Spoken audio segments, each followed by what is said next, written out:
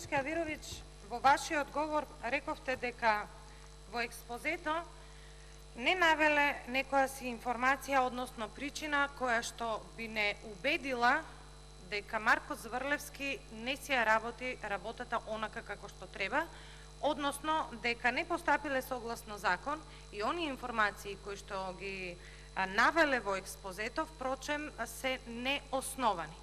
Не знам дали сте забележале, сите причини за разрешување на сите директори, на сите членови на управни одбори, впрочем, се такви, неосновани и имаат еден терк во кој што терк пишува соработувале со режимот.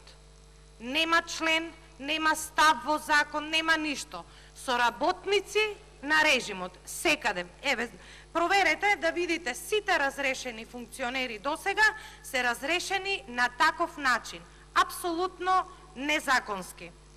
Свесни сме дека повеќе од очигледно е дека јавното обвинителство треба да се претвори во специјално јавно обвинителство и да почне брутален судски прогон на функционери на ВМРО ДПМН. Тоа сите го знаат, цела јавност го знае.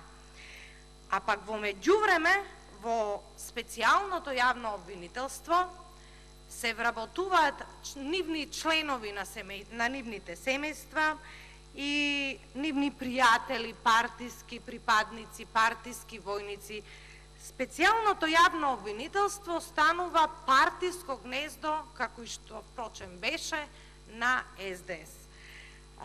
Јавноста треба да биде дефокусирана и да се зборува за овој лов на вештерки кој што го прави СДС веќе со години, а воопшто да не зборува за продажбата на националните интереси кој што се прави со метеорска брзина, со брзина на светлината.